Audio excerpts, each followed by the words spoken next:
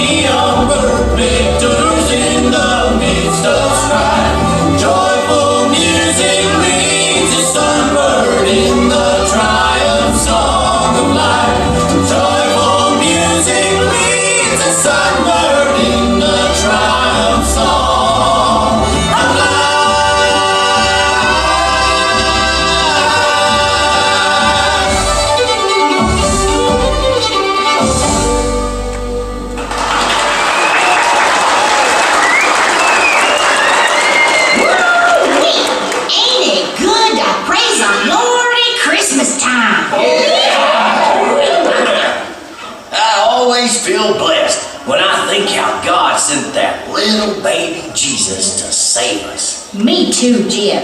I just love to hear the Christmas story. Say, did you know that the three kings were firemen? Sal, now I think you're pulling my leg. Bible says the three wise men come from a fire. Hey, you know what I heard? I heard that old Caesar Augustus nearly lost his mind. Oh? Yep, but then all that tax money brought him back to his senses. Oh, Jed, sometimes I think you're one cow short of a full herd. Huh? A herd of cows. Well, of course a herd of cows. No, a cow herd. What do I care what a cow herd? I don't keep secrets from cows. Speaking of cows, I got a message for all of you from the boss. He's right pleased at the fine job y'all did on the roundup. And there'll be something extra in your paychecks as a thank you. Well, you boys sure worked hard, and it's a good thing you finished when you did. There's a powerful storm a-brewing tonight. Now, Sal, you worked hard yourself, fixing all our meals. The grub you dish up is too high class for a chuck wagon. Well, we're gonna have to start calling it the Charles wagon. Hey, fellas, let's have a big round of applause for Sal, the best cook this side of the Mississippi. Thanks, fellas. And now, hold on to your hats, because here comes our special guest from way up north, and I don't mean Montana.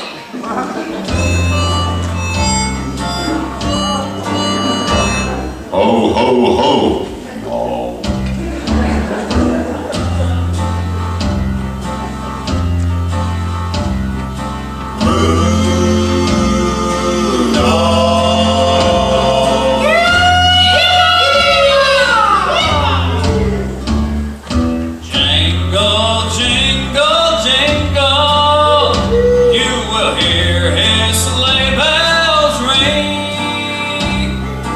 Jolly old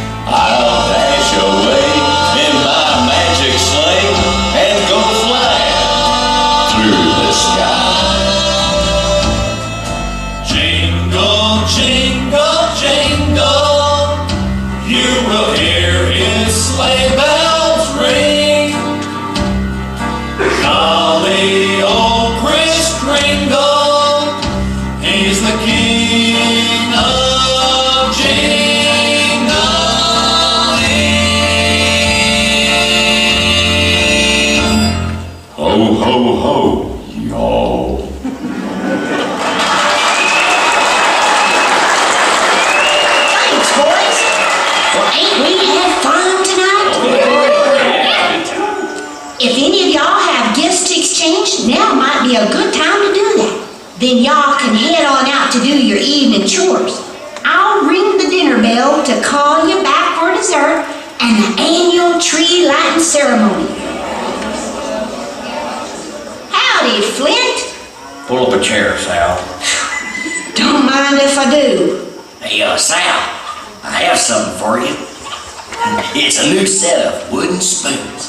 Oh, Jim, how sweet.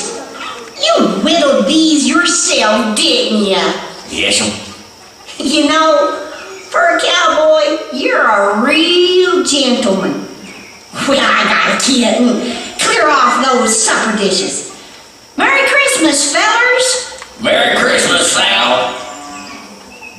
Hey, I got something for you too, Flint. Well, shucks, Jeb. I ain't got nothing for you. Oh, it don't matter. That ain't what it's all about anyways. Go on, open it. Jeb, you make the finest lasso I've ever seen. I'm much obliged. Now, don't get all soft on me. Read the tag. I'll go after the lost. I'll collect the strays. I'll doctor the injured. I'll build up the weak ones and oversee the strong ones. Ezekiel 34:16. You sure got a peculiar way of saying Merry Christmas. You know, Flint, God wants to rope you in and take care of you, just like the boss takes care of his herd. And I want you to remember that each time you use that lasso. Well, thanks, Jeb. But I do okay at taking care of myself.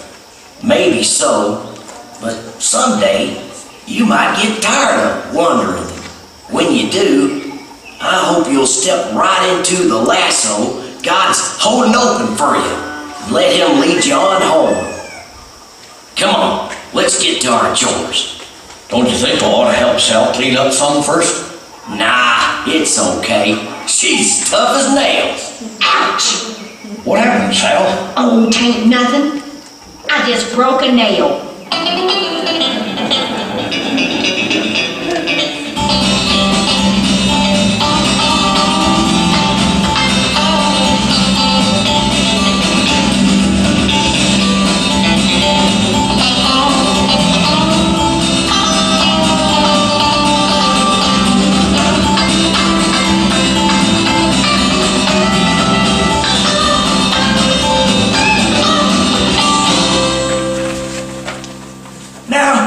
Y'all know that hard work never takes a holiday. But since I'm the narrator, I aim to remind you.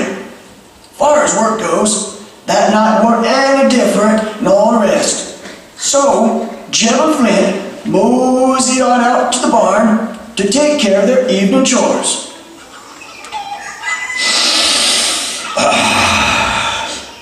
Ain't nothing sweeter than the smell of fresh straw. The only thing that could make it sweeter would be the little baby king nestled down in it. You really do believe all that Bethlehem Christmas stuff, don't you? Yep, Flint, I do. Well, it just don't make sense to me. How's that? Why would an almighty God of the universe come to earth and make himself a baby, all drool and diapers and bellyaching? Well, maybe so he can learn what it's like to be us, to smell his mama's perfume when she held him to her neck, or to embarrass himself over a freckle-faced girl at a hoedown. You think the God of the universe don't already know about all that? I don't know. Maybe it was just so we wouldn't be scared of him. Yeah? So why was he born in a barn? Let me tell you what I think.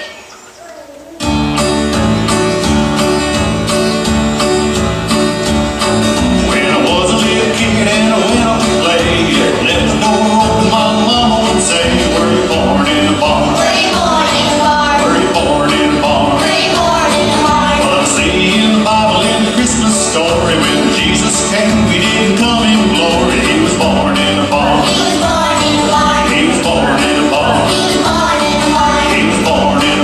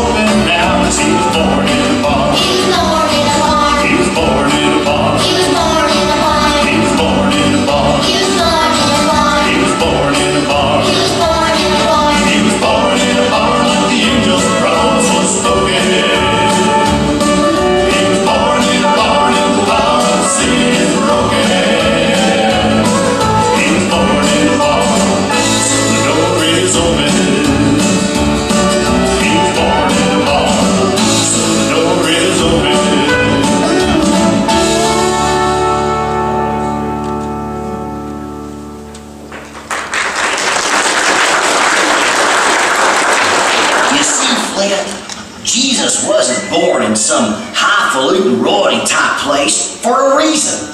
He was born in a barn, so we'd know that he came to save everybody, even simple folk like cowboys. You sure know how to tell a pretty story, Jeb. It's more than a story, Flint. Say, how's the herd doing? Well, they look all right, fine. There's pretty near 100 head of cattle in the South Corral. Pretty near 100 ain't near enough. Are you saying there's one missing? Looks like trouble avoided the roundup. That silly old girl. She sure has lived up to her name. She's been nothing but trouble ever since the day she was born on Rattlesnake Ridge. Well, I reckon we'll have to go out looking for her. In this storm? Are you loco? She ain't even had a calf this year. We gotta find her, Flint. Trouble's the boss's favorite cow. The boss says that about every cow, Jeb. Well, every one of them's important to him. Come on, let's ride.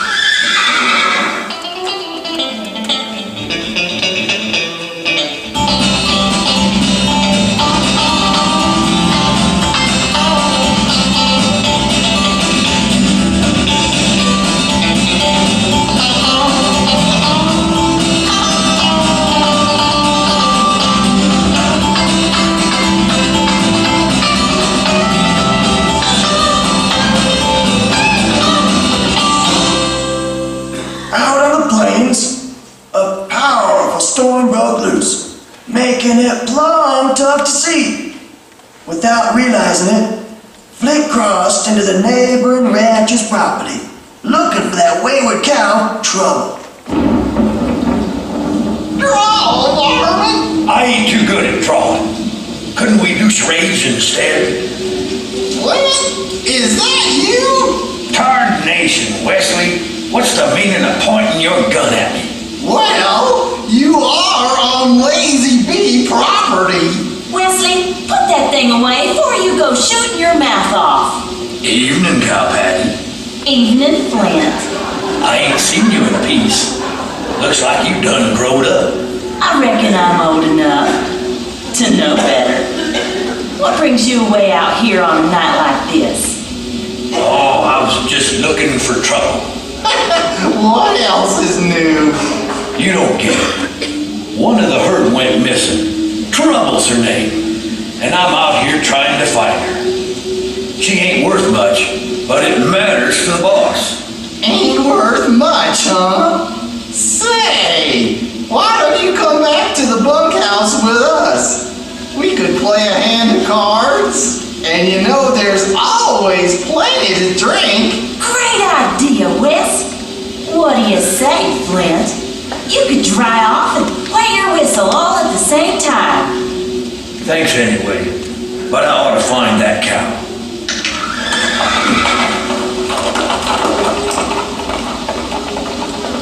Well, you could knock me down with a feather, Patty. I just can't believe Flint would shun a game of cards and a stiff drink. He did it, sure enough. All on account of a mangy old cow. Well, I'll be hanged. Someday, Wesley. I expect you will.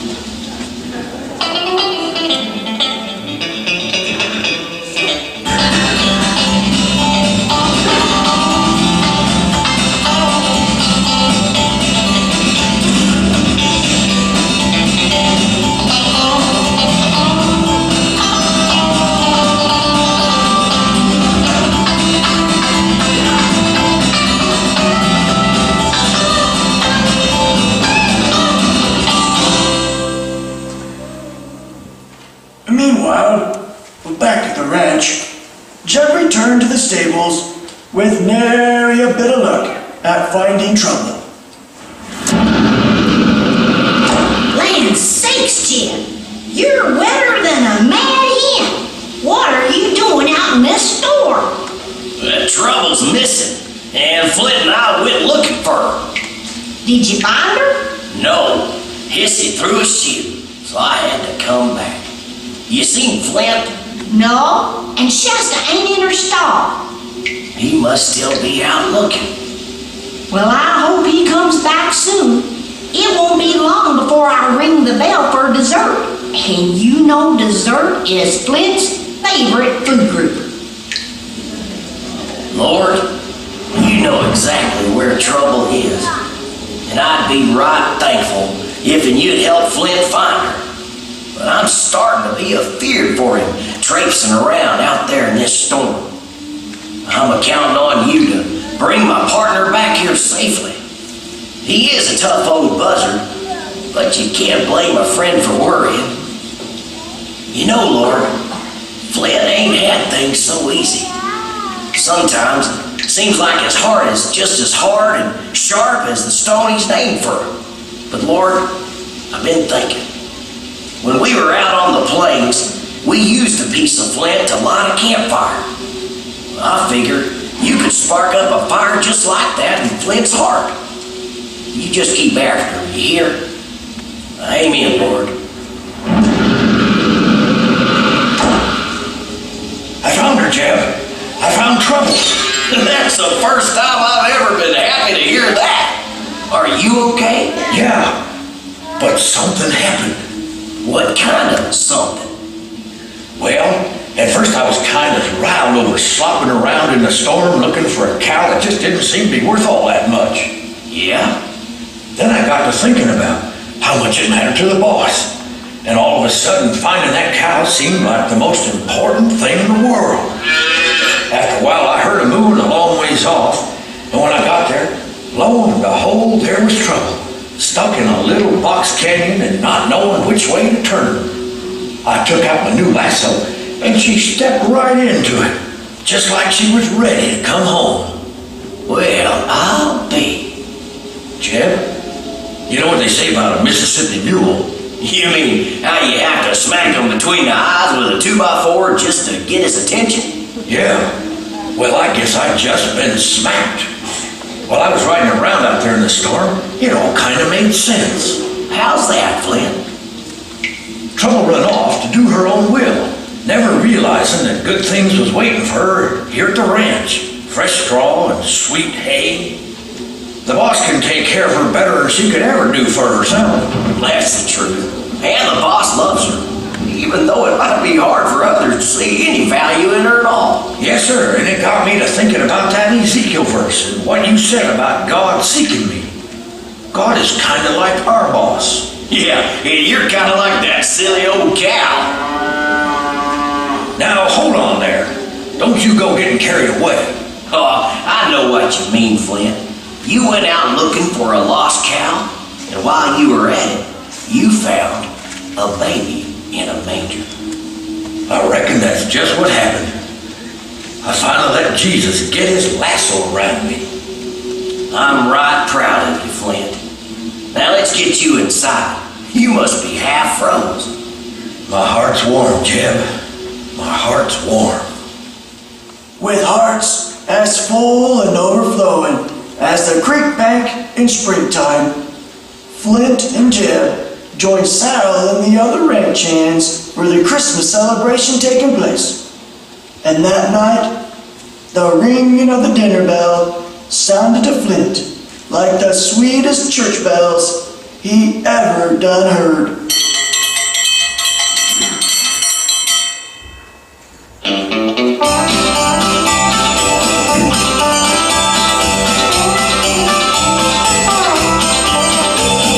Everybody likes to take a holiday. Everybody likes to take a rest. Spending time together with the family. Sharing lots of love and happiness.